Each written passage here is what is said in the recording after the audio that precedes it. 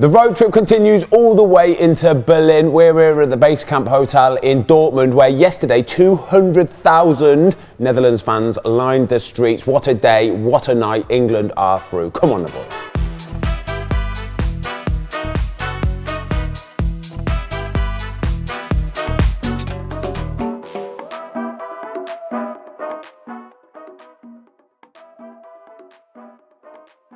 Lads, before we start getting onto the footy, we were hanging around Dortmund all day yesterday.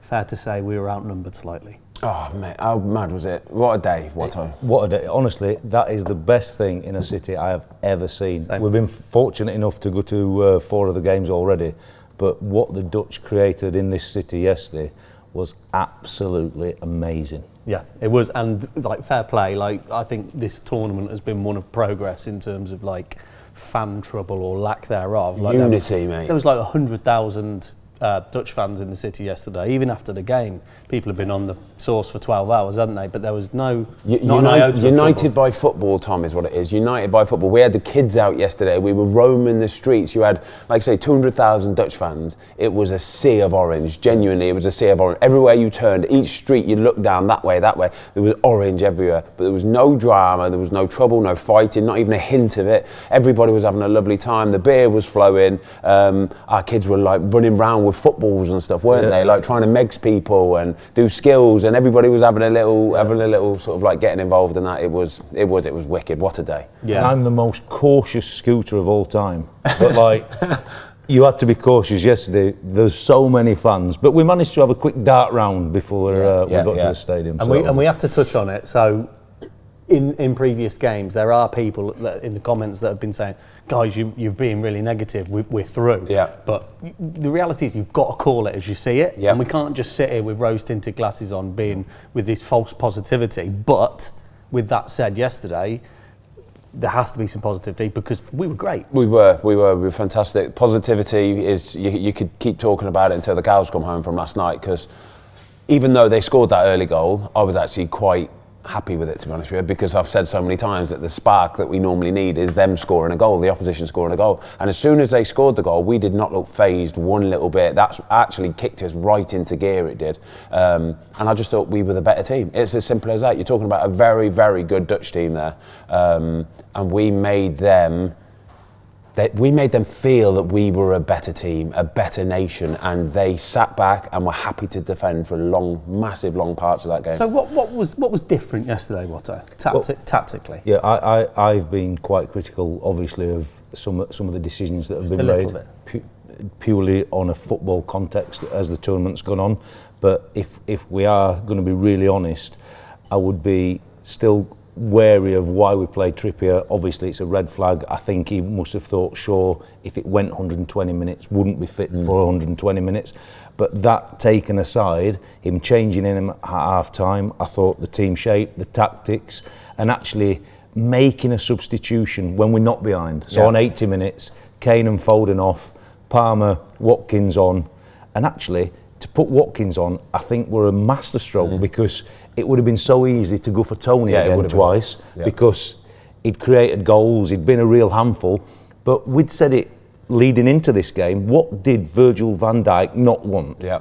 He didn't want anybody stretching him and running his legs off. And I spoke to you while the game were going on. They sat with a 2 in front of that back 4, and I weren't sure whether Ronald would do that when we spoke the previous show, but he sat there with them 2 because any of our runners, their midfield 2 just took them. The 2 centre-halves never ever budged. So the full-backs would take our wing-backs and their 2 6ers matched any runs inside, just so the 2 centre-halves didn't have to budge. But you put Watkins on with a different dynamic, masterstroke. So for all the things that we've been critical of him, yesterday he got everything spot on. Right, Southgate's the GOAT, right? Mate, it was perfect yesterday. Absolutely everything was perfect. I think our mentality for the game was different. We knew we were up against a better opponent, a sharper, more tactical, more technical opponent, and it made us raise our game, and that's always a good sign, that when our players raise their game. You got to think of the opposition that we played last night. They're all Premier League players pretty much. They know most of our team. They're all Liverpool, Man City. They all know each other. And I think the Dutch last night, it got in their head a little bit about how good some of our players are. And last night, some of our players were that good as well. So sharp, so much sharper than what I've seen before. Obviously, we had sort of different seats to you guys, so I was lucky enough to be very close to the pitch, like row 2 pretty much. And Phil Foden at times, his sharpness, lads, honestly, like it was another level again. It was like Premier League last year, Phil Foden, pomp, 1 touch, 2 touch. He could smell it coming, he could read it quicker. Everything was so much sharper. And I'm watching it thinking, yeah, man, if you're going to be doing this for this game in the final, then we've got a massive chance. Every time he got the ball, it was like he turned and it was right, intent. Yeah, and off he went. And he was either driving or slipping some balls through, and you just thought, yeah, he's absolutely on it tonight. Yeah. But same with Saka, and a lot of them, they all played really, really well. Saka, lads, come on. Can we talk about Saka for a minute? My God. Last night, again, talking about intent, that wanting to turn on the ball or take the ball with an open body shape and then move into that advanced position, it just gets them on the back foot straight away. So like I say, when you have got those 2 sitters that are sitting in front of the back, they must just be thinking, oh, this is a nightmare. Oh, nightmare. We do not want this, by the way. Is this because we're playing a better team? So obviously, if you're playing against a lesser team and they're kind of going man for man and putting a lot of people behind the ball, playing a better team, does that just naturally work in our favour, Watto? I think so, and I thought Ben made a good point. Because the players knew so much about each other, I think the Dutch would have been naturally scared. They see these lads at the clubs training every day, and we've been waiting for all that to come out, haven't we? We've been waiting for club form to come out. And a lot of the Dutch fans I spoke to pre-game thought this were going to go all the way, 120 minutes, penalties can go either way. But the one thing they kept saying to me was that they were a team and we were playing like individuals, and we waited for the star moments. But actually yesterday, maybe apart from the lead up to the goal, we was probably a little bit within ourselves again. But the goal, when we conceded it like let the brakes off us, and we played proper football. They all played at very close to the club level, but we actually looked a team. Somehow we just, everything came together. The tactics, but the ability on the ball, the decisions that we made, like Mainu. You talk about body shape, receiving and driving forward. That really was a caveat for me, because Rice could be in there, and obviously when Mainu's made his runs and that, he had a bit more time on the ball, Rice, to play his passes. But Mainu, we actually hit him in good areas, he turned and drove, and they were game-changing moments that actually opened the game up for us. He looks like he's been, sorry Ben, he looks like he's been playing for 20 years. He's phenomenal, he's a joke, honestly, he's a joke. Me and my son were sitting next to each other last night, just honestly pouring over him. He was, again, but like, when he first burst onto the scene end of last season, there was a lot said about his kind of, his physiology and the way that he just goes through the game, and that's it. It doesn't seem to get too high. So you've seen some interviews he did after the game. He doesn't never seem to get too excited, does he? He just seems so calm, and that's what he's like on the pitch as well. There's no like bluster, and there's no like theatrics or anything. It's just unbelievable play, and he just does it relentlessly. Keeps doing it. They're the sort of players, aren't they, behind the scenes as well, Watto? They're worth their weight in gold. And again, they're quickly going back onto your point there, Watto, about what some of those Dutch players would have been saying or thinking or feeling about the opposition, about some of our England players. And you've got quite a few players in there that aren't playing in the Premier League. So you'll have the likes of a Van Dijk, even Verbruggen in goal. Nathan Ake will be saying, right, lads, Harry Kane up front, he is so sharp. Like, you can't give him a sniff. He is so sharp. Like Phil Foden, if he gets on, you've got to watch it, because he can drop you in a second. Kobe Manu, he's phenomenal. And you'll have had all these other Dutch players. I guarantee it, your De Vries and your Dumfries and that young lad in midfield, the central midfielder holder. That will be getting into their psyche as well, It would have. It would have got into their psyche, and going into the game, they'll be thinking, yeah, man, this is going to be a proper test today. And it does. It shrinks you a little bit. It does. It scares you. Well, it certainly did that, didn't it? Watto, did Ronald Koeman set up the way you thought he would?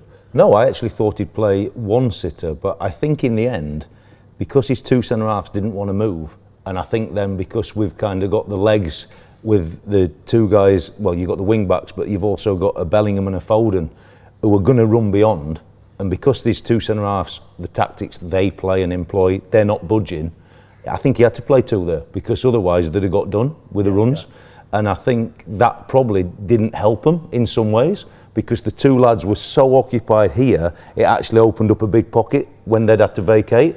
And I think we took advantage of that. And I think if you see the passes that we create when we had a goal disallowed, we're playing balls into an area where normally they would have been quite strong because you want passes to come into the middle, but we'd got enough energy yesterday. We spoke very early on in this piece that you're not going to win anything playing walking football, and yesterday we ran their legs off them, which were real credit to said that we'd played the two extra. We were getting the ball in those midfield areas, but we were running onto them or running with it. We weren't getting it, stopping it, standing still, then turning, then looking to see where we're going to play it or where we're going to go with the ball. We were already on the move when we got the ball into them position, and that, for like you say, the Van Dijks and the De Vrij, it's a nightmare. It's an absolute nightmare. So, genuine question then, Fozzie. Do you think this is a Southgate strategy where he has been like, right, we get through the knockouts, the early stages, and we're cautious and we just win, and then as we develop through the tournament, play the better teams, this is where we express ourselves? Do you think that's... God, no.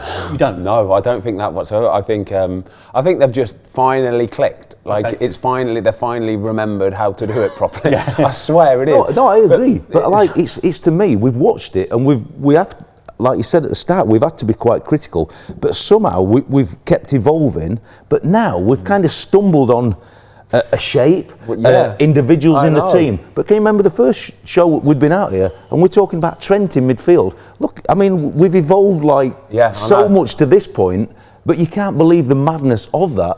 But yet we're here, and we're talking now about a Mainu who we're never going to get. If Trent would have done half a decent job, he wouldn't have been talked about. We wouldn't be playing this shape. I know. So I think I was very positive about what he's done and how he's done it, but I think we've stumbled into this position with a shape, and the players have just gone beyond his wildest expectations when he's actually given them a chance. We couldn't have asked for a better performance going into the final now against Spain. We could not have asked for a better anything than what happened yesterday. Honestly, it was that good. It was genuinely that good. And we had a little bit of, I think it's fair to say, we had a bit of good fortune as well. So I want to talk about the Harry Kane penalty because we had a little late night kebab, didn't we, Watto? Late night kebab. And we were speaking to people, and they were saying absolutely stonewall penalty.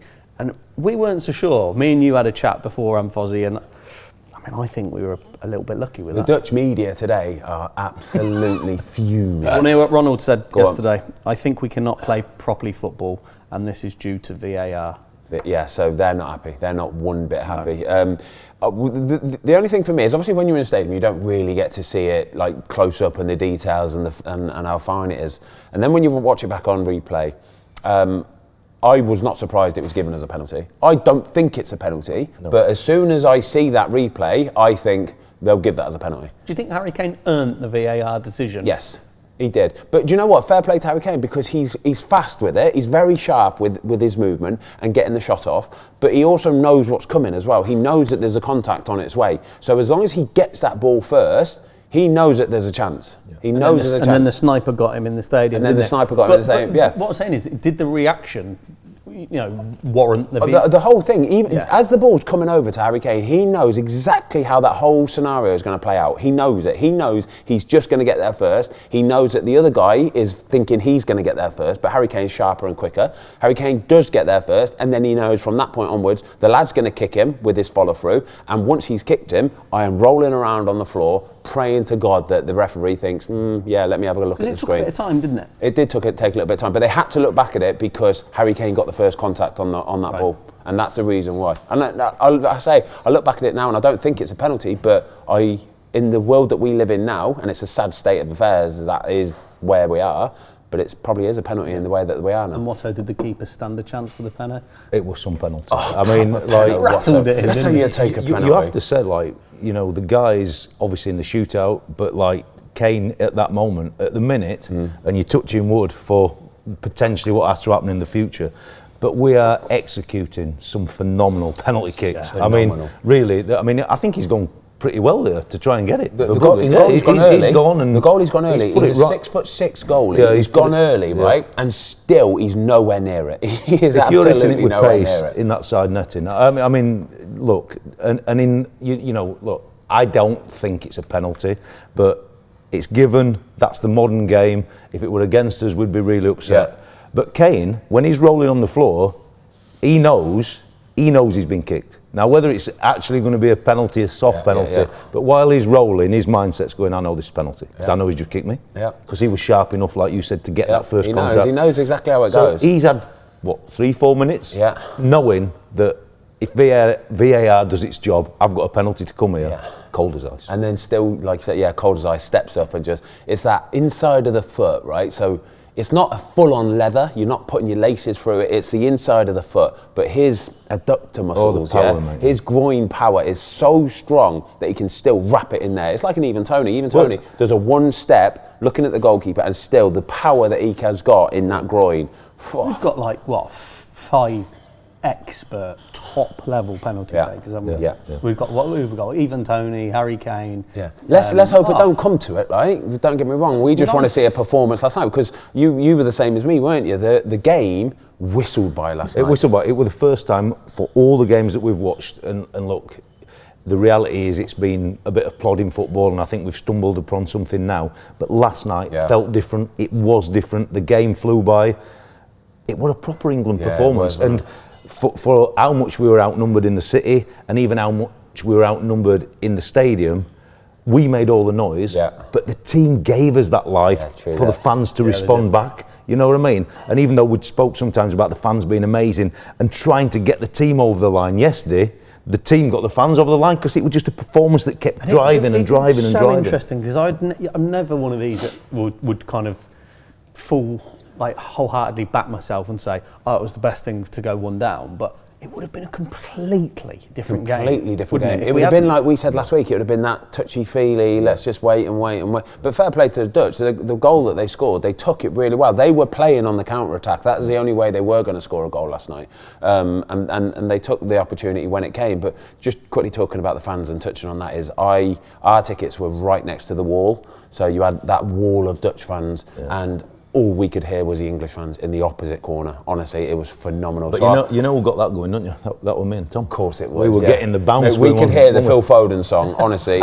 Every 5 minutes that song was popping off. It was incredible, it was. Brilliant. We had a couple of... We had the Dumfries header hitting the crossbar, which was a bit of a scary moment. Then Phil Foden was channeling his inner Leukaemia, wasn't he? I mean, what an effort. But that was classic Foden last night. He's on the turn, he's sharp, and he gets his shot away. And again, it was... As a goalie, I bet you Bart Verbruggen is watching Phil Foden there running along the 18-yard blocks, 20-yard out, on his left foot, thinking, lads, please don't let this guy take a shot from... It's perfect for him. Perfect. Running across on his left foot, it is absolutely perfect for him. And I was fully expecting him to either work the goalkeeper or probably even score from that shot. I genuinely was. Yeah, and then we had a very tight offside. Kyle Walker was just offside for Saka's goal, so we got needlessly soaked in beer on that occasion. Yes, we did. It was only a shoulder, weren't it, to be fair? Again, though, it's so hard to see when you're actually watching from the stands. To be fair, from where I was, like, goal straight away, but like, obviously the linesman put his flag up straight away. The England lads didn't even celebrate, did they? A millisecond later, the flag were up, and back to business, and it felt like that. It felt like we were just in control and calm. What do you think about the Xavi Simons goal? What do you think about Jordan Pickford? Technically, if we were doing a keeper's corner now, what do you think of Jordan Pickford in that moment? I think, look, whenever you beat from outside the box, you question yourself, but it's a little bit further out than that. And I think in the game time, you thought, not quite sure how, and then when you watch the replays last night, and then you watch, obviously, to prepare for the show this morning, you watch the highlights and you're really analysing it, I think you'll be really disappointed. But the reality is, he should really be able to spring and drive. And I think sometimes when you go for that one-handed save from distance, I'm not saying the ball moving and whatever, but you're not having a big area to block it. I think for me there, if you're going with two and you've got big barriers, you can make that save. And if the ball wobbles or deflects, you can drive into a one-handed save. But I think just going for one hand when it's 2 yards inside the post, you're not giving yourself the biggest surface. But I think really the dynamics of the dive, the push, everything, he'd be really disappointed with it. You were saying earlier on, Fozzie, weren't you, about it's that kind of... Because it wasn't in the corner, it's that initial...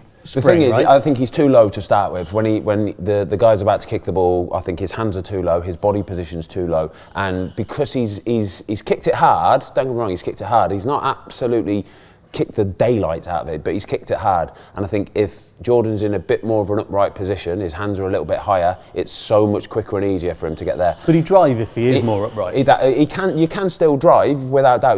The power that these footballers have, the goalkeepers have nowadays, you can still drive and you can still push off. the problem is even though he was in that low position, he still didn't really push off until the ball had gone past him. And I think he would be sitting down with Martin Margesson today to say, right, the next time this opportunity arises where somebody's shooting from this, you just need to be a little bit higher, hands a little bit higher as well, and I think that'll be a comfortable save. So Martin Margesson is the goalkeeping coach, right? England goal coach. Okay, so what would the day after, match day +1, look like for Jordan Pickford from everything, man? Oh, he's having a warm down day, cool down day. But whether he does it today or tomorrow, he will be sitting down with the goalie, with Aaron Ramsdale, with Dean Henderson, the goalie unit, and they'll probably just be, if they're open and honest, like most goalie units are, they'll have a meeting where it's literally just Jordan Pickford's touches. So it could be a goal kick, it could be a ball back to him that he plays out wide, a cross, a punch, whatever it is, and it will just be stop, play. What do you think of that? But will they all? So will Aaron, for example, will it be an open discussion where they're all just chatting it through? Yeah, exactly that. Because you can't really, we can give our impression of how that goal went in and what it looked like, right? But the main guy is Jordan Pickford, is what it looked like through his eyes, right? So what he saw at that moment in time, I think it was Kyle Walker was coming across. Yeah, and I think that's a really good point, because you have to have the honest discussion when we're in there, because we're talking that we see it from behind, we see all the angles, but his line of sight, he might say to the guys and the coach this morning, do you know what, Kyle Walker just put me off there, because it looked like he's seen it a little bit late, because it kind of went, there were no dynamic there. Kyle Walker just turned his back a little bit like that. So, but maybe up past him. Maybe he didn't pick it up when it passed his shoulder. Maybe he picked it up 5-6 yards beyond, and then the pace of it's beat him. And that's why we were thinking it all looks slow. But that's where you have the honest discussion. It depends on how they're operating, but an open discussion with everybody, because you're all trying to improve and get better. But it'll be a real tick box. Quick one this morning, because he's been really good in the tournament. You're not going to dwell on that. We've got a final, so for him mentally, you don't want him to be sinking into thinking, we're through. He's done really well, made a couple of saves as the game went on.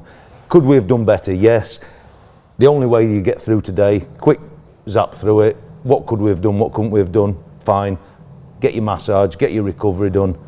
They'll not even work on it on the training pitch tomorrow, because they're not going to be doing so much explosive stuff less than 48 hours post the game. If I were taking the whole group out, Pickford would be 25, 30 minutes, hands and feet, nothing, not even no diving, just get a real feel of the ball again, and away you go. So if he really wants to address that kind of shot, it'd be match day -1. But it still wouldn't be too much of that, because the mentality and the mindset for goalkeeping is you don't want to be beat. So like that pre-game session, it's really about hands, feet, and just feeling good about yourself. You probably don't work too many shots from real distance, because they can beat you, they can wobble, and the last thing you want's a finger popping or something. So you try and control the controllables in them sessions. So if you were going into the game, Ben, in match day -1, you want to feel good and stuff. Is there specific drills that a goalkeeper would do, or a coach would do, to go, let's just make him feel good about exactly himself? That's all it is I used to have a set Friday routine, which was probably 20 minutes long, 25 minutes long, and it was short and it was sharp and it was straight down the line, volleys, half volleys, from the angles, and it, like, maybe turn off the post and bang a volley in hand, just to make you feel sharp. And the other goalies as well will know it's about picking you up and getting you to feel good. So if you make a good save, the other goalies would be there like cheerleaders going, oh, what a save! Yeah, but they don't want to. They would, like when I was coaching, I wouldn't put them in the situation where they're serving too much, because you don't want them banging one past. You know, the mentality for them when they're not playing is different. It's about getting you through it. But I was just thinking there, while I was looking at that Spanish shirt, because you've had lots of Spanish goalie coaches, you may be able to give us a little insight into what their goalie coaches do, because the coaching for the Spanish goalie, Simon, will be so much different to what Marge will do for the English lads. Mate, the Spanish goalie, I've had 2 or 3 Spanish goalie coaches in the past, and they don't really ever kick the ball at you, you know. Honestly, the amount that they throw it to you. I could still be coaching then. If I start to become Spanish somehow, I can throw it, I can do all that. They don't really look at, the Spanish goalie coaches don't really look at the tape or the video and dissect it and break it down. It's massive for them about getting the ball at the feet and playing it out nicely and stuff like that. So technically, they won't be too fussed about a ball beating Jordan Pickford here. They wouldn't even probably mention it to him. It would just be like, do you remember that ball that you played out of play there? I want you to hit his chest instead. Like, that was genuinely what they would go with. But that's the thing, isn't it? It would be good if we could ever get the footage of the training match day -1 for both camps. I think it'd be on a different platform. It'd be completely different. It would. And Simon, he, like you say, he might only take 10 or 12 volleys, and the rest of it will be a ball at his feet, and he might even play five-a-side and go in. They basically, you just don't want the goalie to dwell on it, so it'll be dealt with this morning. Gareth Southgate probably won't even know about the meeting. Gareth Southgate and the rest of the lads probably won't even know about the goalie meeting that you're having. It will literally just be a half an hour quick meeting. You, the goalie coach, the goalkeepers. Let's get this spoke about, and then it'll be like, right, let's forget that, let's move on, upwards and onwards. Yeah, I had so many meetings when I was fortunate enough to be working in the team myself that the manager and the coaches wouldn't know about. Yeah. And it was certain things that I would have seen that I think I need to deal with, not even with the rest of the goalies, to be fair. I think, look, can we do this kind of position? But it's not something that I would elaborate on in the coaches' room, because it's goalkeeping. I'm not being disrespectful to them. It's my job, it's my department, little tick here box, and away we go. Yeah. And it's what we're then working on to improve. As long as he's doing the bigger picture for the coaches and the manager, that's great. The outfield players don't know nothing, honestly. I mean, you have these like pundits on the telly, Gary Neville, they ain't got a clue on it. When it comes to goalkeeping, I promise you, they haven't got a clue. They talk a good game and they'll be like, oh, maybe they could do it, maybe they could do that. But they ain't got a clue, have they? Yeah, but they got Harty on now. Harty knows his Harty onions, knows what he's talking about. Hey, I'm thinking I can come back as a coach. I'm just looking at this Spanish shirt thinking, mate, I'm just going to throw it. I've got not as big arms as Jamie, but they're not bad, you know what I mean? Happy days. Right, so now we need to, so we earlier on we alluded to the fact that Southgate made the proactive substitutions, right? And obviously that paid fruit, or bared fruit, come 90 odd minutes, because it was Cole Palmer, wasn't he? Slotted it through. I mean, talk about the run and the movement and that touch from Ollie Watkins. Oh, that's that touch, mate. The touch makes the goal. The touch is all that makes the goal. Away from the defender. Defender then has to adjust his body position. He has to do that open leg thing where he tries to block it, and that's what makes the ball go through his legs and into the bottom corner. The touch and the finish are about as instinctive a striker's finish as you will ever see. I promise you, It's touch, bang. And it's as simple as that. But it's only that touch that, like you said, it is perfect, because it gets the defender. He knows he's had a great touch, and he knows he's got to get that left leg out to block it.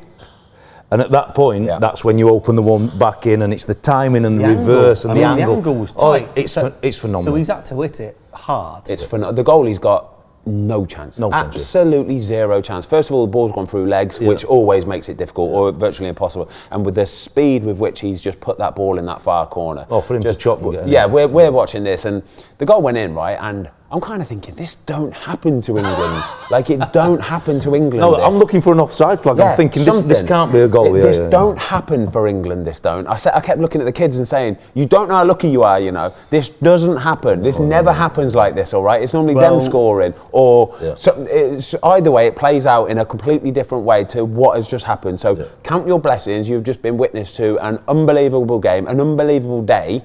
And that is, it's the icing, the cherry and everything else. Whatever happens now, whatever happens, but that yesterday will live long in the memory. You know what? The other thing is as well, which I loved, is obviously when Watkins scored the goal, everyone's gone mad and the players have gone mad. But you could really see that the players after the game were really all behind Ollie Watkins, weren't they? Yeah, and they were kind of pushing him towards the fans, and obviously then he's now got his song. And, it's class, but you could see the togetherness seem to be back. I think any young strikers coming through just need to watch that little passage of play. It's like a 5-second passage of play. The run that he makes, when the ball gets played to him, and it's literally the touch and bang.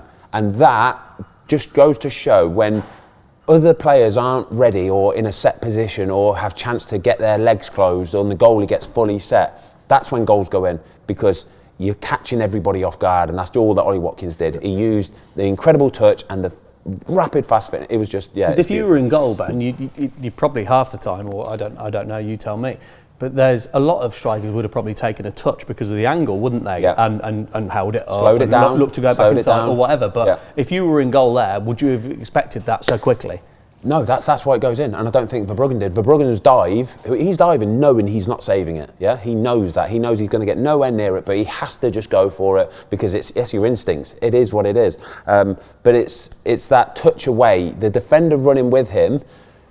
wants him to take that touch inside. He wants a closer touch inside, or a touch that's not as good, because then he can get right close up to it, slow it down, make sure his other defenders come in, shut them other players down, and he can just slow the situation down. The fact that he takes it away from him, that defender at that, thinking the alarm bells are ringing, oh no, here we go, because anything can happen. It could have nicked off the defender's foot and gone in the goal, could have gone but it went through his, and I love it, I love it. It's what we spoke about earlier. It's the first time that they've got stretched inside their own box. Yeah. There's two centre-halves. Kane, we know his strengths and weaknesses, but Watkins, it's the first time they've had to really go with a run, and he weren't quite ready for it. And Watkins was so sharp, and obviously it's the 90th minute, he's fresh, you know, and they weren't used to that run inside him. But honestly, it is incredible, that finish. But like you alluded to there, the team spirit, there's something growing within it, because what you need to win this tournament is the lads who have had no game time or very little game time to be really on board. And when the starters can make him feel like that, I think that gives us something really to grab onto for the final. Even like Rambo after the game, he I think all the lads had gone in, he came over to see the fans, he was seeing his mates in the stand, and he's beaming ear to ear. Obviously he's not going to play, but you can just see, you need those team players, mate. You need the cheerleaders, honestly, you do. You've got to have cheerleaders, good eggs that are all on the same page, that want the lads that are on the pitch to do well. And when you've got a whole team of that, you can go on and do some amazing things. Right, I think it's time for the quiz, but I've got a question for the audience, actually. So we've got some good kind of quiz guys in our team, Luke probably being the best. And I caught you all out yesterday. I caught you all out with a belter. So I want to ask the audience this question. Get in the comments, right? And let us know how quickly you get it, if you get it. Okay, so the question is, who are the only father and son combination to play for a national team during the same game? So it's a father and son combination, okay? The son was a Premier League player, and the son is now 45 years old. So that's a question for the audience. No Googling, you don't Google this, and we're stumped. You don't know it yet, do you? No, I know the answer now, but my guess has failed. Not saying miserably, but I get some dog's abuse sometimes about my lack of football knowledge, so don't cheat, see what we get. I did send it to a mate of mine who is a bit of an oracle, Ricky C, and he came back quickly with it yesterday. Yeah, but I'm not trusting he didn't Google it. You call him Ricky C a liar? Yeah, a little bit. I threw Sean Wright Phillips into the group chat, didn't I? And it's a wrong answer, but I still don't know, but I'm going to have a little think about it in a bit. Okay, we're going to give the answer. Jamie will give the answer at the end. Come on, NJ. Actually, yeah, cool. Is it quiz time? Come on, NJ, let's go.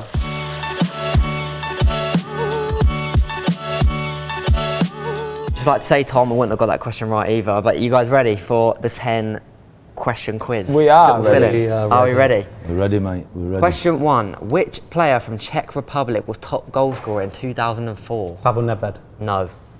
Damn. Which player from the Czech Republic was top goal scorer in Euro 2004? No. Could you repeat the question, please? Which player from Czech Republic was the top goal scorer in Euro 2004?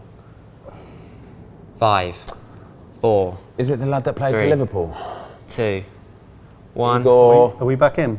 No one's back Davor in. Suker. No, Milan Barros. Oh, it's good. You're right. Yeah.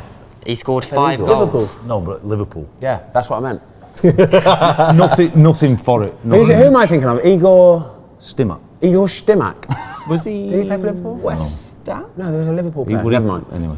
Doesn't matter. Anyway, yeah, he scored 5 goals and Rooney had 4 in that tournament. Oh. Yeah, there we go. Stat, Jim and I. Embarrassed. Question 2. Which team has made the most Euro appearances but has never won it? Euro appearances or final? Euro final appearances, so this tournament we're in right now. Netherlands. No.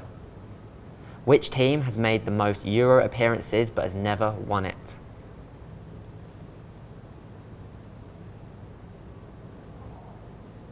Which team has made the most Euro appearances but has never won the tournament?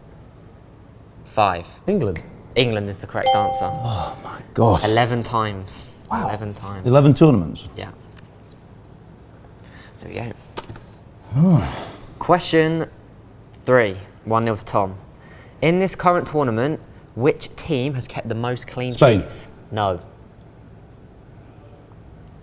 In this current tournament, which team has kept the most clean sheets?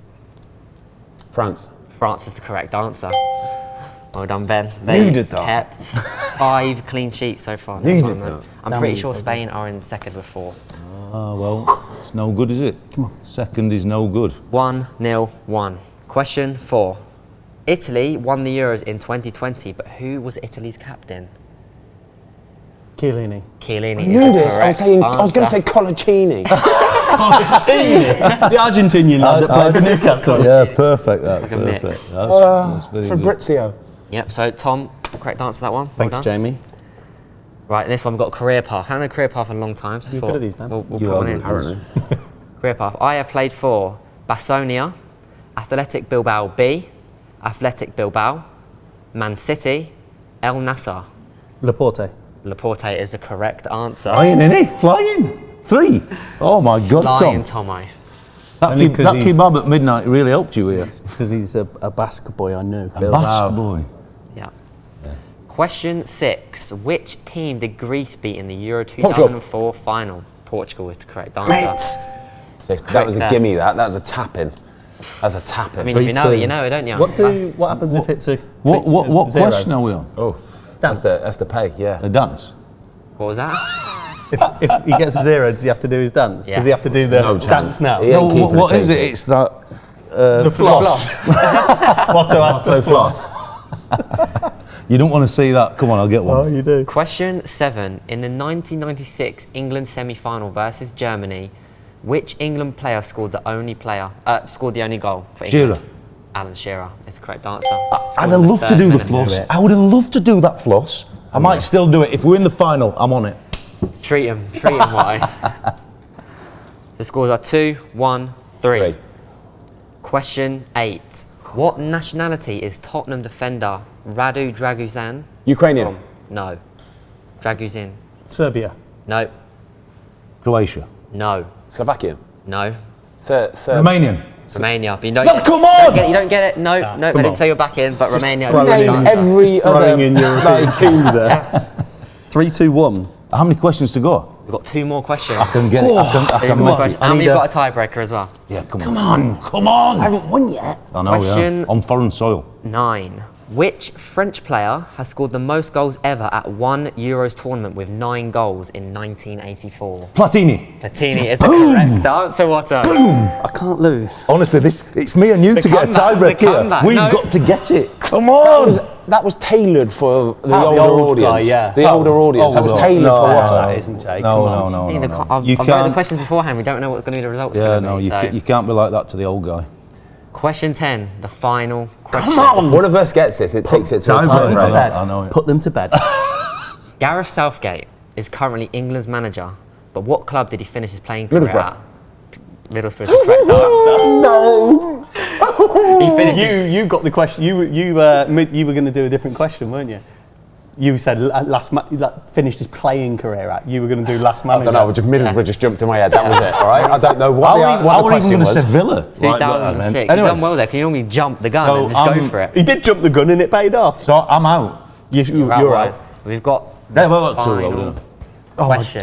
Tie breezy. Genuinely nervous. A tie breezy. Genuinely nervous. This is Hey, should I get them a bowl for coffee, like just to for the? I've had too many already, mate. Honestly. so this is to get 1 point on the quiz, isn't it, Tom? Thank you, for, Jamie. For the Euros. He's So- just adding to the pressure. Yeah. Question 11, tiebreaker question. What team does Lamine Yamal play for? Barcelona. Barcelona is the correct. That's the worst tiebreak. That is such a bad tiebreak It's not question. bad, no, because if you know it, don't you? Oh, that's so it's not a bad such a question. waste. I even knew that. Where's the popcorn? Yeah. Anyway, it's a win. It's It's a win for Tom. You're going to give a handshake? Yeah, honest, you can take it if you want to win like that, it's fine. Load of shit. It Cheers, is. Jiminy. No worries, no worries. We've got a question. Right, so the question earlier on, who are the only father and son combination to play for a national team during the same game? The answer is Arno and Ida Gudjohnsen. Ida Gudjohnsen played for Tottenham, Chelsea, etc. And on the 24th of April 1996, they beat Estonia 3-0 and they played together. Oh, that's Arna was very good. 34 and Ida was 17. That's very good Good question. question. Good. That's one you need to be thinking about. That's the kind of level of question we Yeah, want but for that's what I was tiebreakers. Yeah, but if that was a tiebreaker, Leave that him wouldn't- alone, it that was a wouldn't- great quiz today, Jay. No one would have Well got done, a Jimmy. tiebreaker. Awful. Awfully awful. Come on, Tommy, well done. Right, well done, lads. Enjoyed that. Incredible. Well done, England. We're through. We'll see you in Berlin in a couple of days' time. Come on, the boys. Come on, the boys. Come on, the boys. Coming home.